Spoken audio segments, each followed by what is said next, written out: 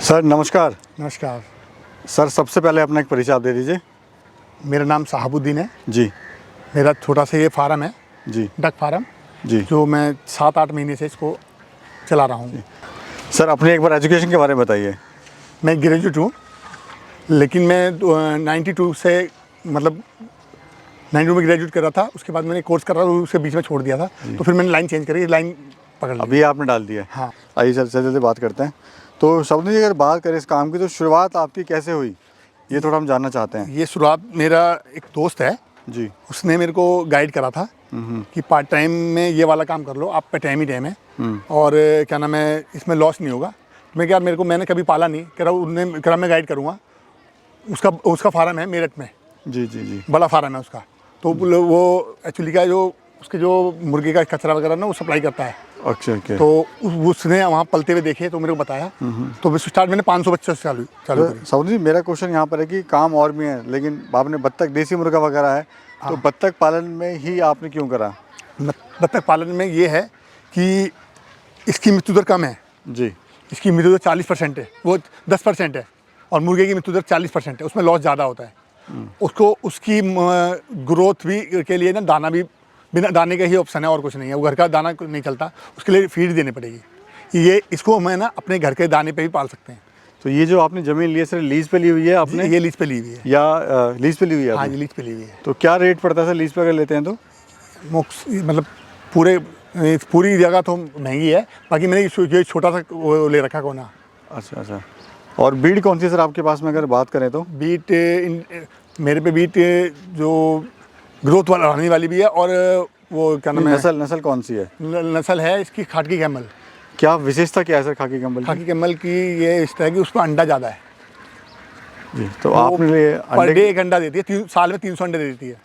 तो अंडे के लिए रखी है आपने मीट? अभी मैंने फिलहाल तो बीच में जो पहला बैच तो मैंने मीट के लिए रखी थी, लेकिन अब जो नया बैच है ना वो मैं अंडे के लिए पाल रहा हूँ।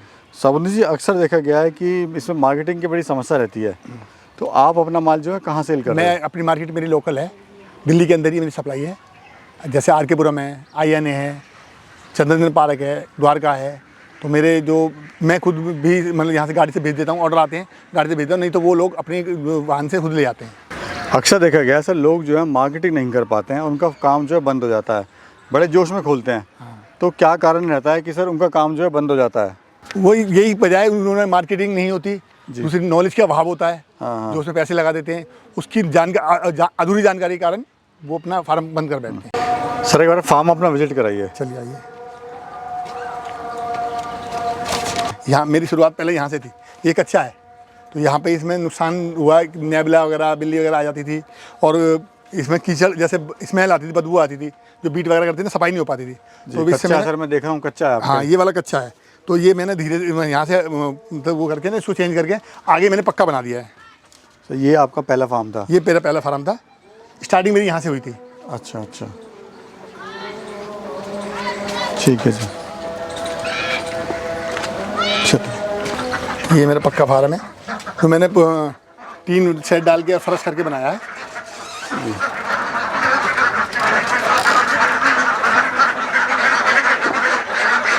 अच्छा, ये आपने पूरा बना रखा है प्रॉपर। तो सर खर्चा क्या आता है इसको बनाने में?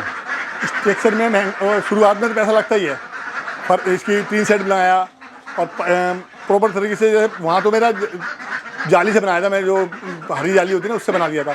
उसमें तो कोई ज़्यादा इतना खर्चा नहीं आया, लेकिन इसमें ज़्यादा खर्चा आया।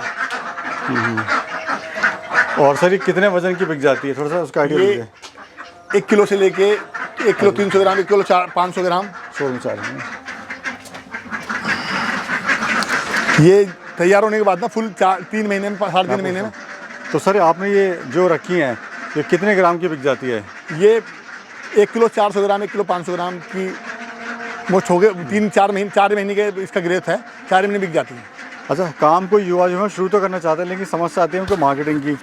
मार्केट कैसे करेंगे, तो सर थोड़ा आइडिया दीजिए किस तरह से अपनी मार्केट बनाए वो? मार्केट तो जहाँ ये चिकन वगैरह मिलता है, फिश वगैरह बिकती है, वहीं ये बतख बिकती है। वहाँ मार्केट जाके पता करें, उनको बताएं, अपने एक आध सैंपल बतौर लेके जाएं कि हमारे पे 1.5 kg की बतख है। अपनी मार्केट उनकी लोकल बनानी पड़ेगी। तो आपने सर कैसे बनाई अपनी मार्केट? मैं ऐसे ही ले गया था, जब मैं खाली पहले मेरे जब 3 महीने का बच्चा हो गया तो मेरे को ये पाल लिया, मेरे को आगे निकालना भी है, तो मैं आई आने गया, आई आने मैंने जाके बात करी, उन्होंने मेरे को शुरू में रेट दिया बहुत कम, फिर मैं आगे और गया, तो जब 2-3 बार गया तो फिर उसका पूरा 1.5 kg बतख देने के उन्होंने कह दिया दो शर्तें की, या तो आप किलो के उससे दे दो 220 रुपये kg के हिसाब से, नहीं तो मोस्ट 300 रुपये की बतख ऐसी ही मांगी थी उन्होंने क्रॉस में। तो आपने जो एक्सपीरियंस था आपने वो भी बताया, गाजीपुर मंडी आप गए थे। हाँ। तो वो भी थोड़ा साझा कीजिए सर अपना एक्सपीरियंस। वो गाजीपुर वाले जो बड़े वायर हैं तो वो अपनी शर्तों पे लेते हैं, वो मुझसे 200 रुपये का मांग रहे थे। 200 रुपये मेरा बेनिफिट नहीं आता, क्योंकि मेरा इसकी ना बराबर की गोश्त आती है, जो बच्चा आता है, बच्चे जितने बच्चा आता है उतनी उसकी खुराक है, बीट खिलानी पड़ती है।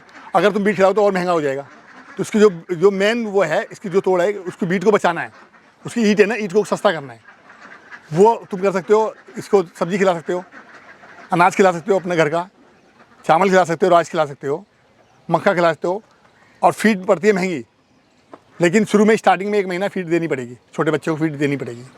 और सर इस तरह का अगर कोई फार्म बनाता है तो क्या खर्चा आता है? ये तो डिपेंड करता है जगह पे, उसकी जगह कितनी बड़ी है। फिर भी क्या एक अनुमान? ये मेरा 2 या 3 बीघे का है, इसमें मेरे आ गया 80-90 हज़ार रुपये करीब खर्चा आ गया। तो इस तरह का भी कोई छोटे स्केल पे भी हाँ, इसको कर सकता है। तो सर इसमें समस्याएं क्या क्या आती हैं? समस्या मैंने मार्केटिंग की समस्या है, जिसकी मार्केट खुद की बना लेगा वो तो प्रॉफिट अच्छा है इसके अंदर। तो अंडा जो है अभी आ गया, आपकी बत्तख अंडा दे रही हाँ, है? अब ये मेरी जो 300-400 केजी 300 करीब केजी बची हैं, वो 300 बतख हैं, तो ये मेरी अंडे पे आ गई हैं। अभी 8-10 अंडा दे रही हैं।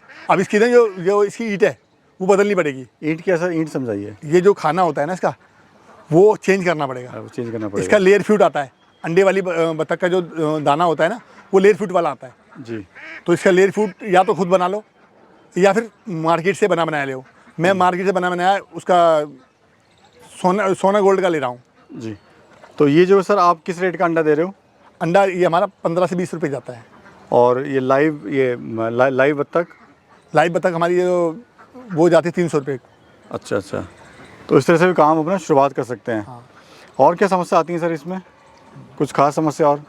यही है समस्या, इसका मृत्यु दर जो है ना उसको रोकना है। जी जी जी। धन्यवाद साबुद्दीन जी, आपने बड़ी महत्वपूर्ण जानकारी दी, इसके लिए बहुत बहुत धन्यवाद। ठीक। धन्यवाद।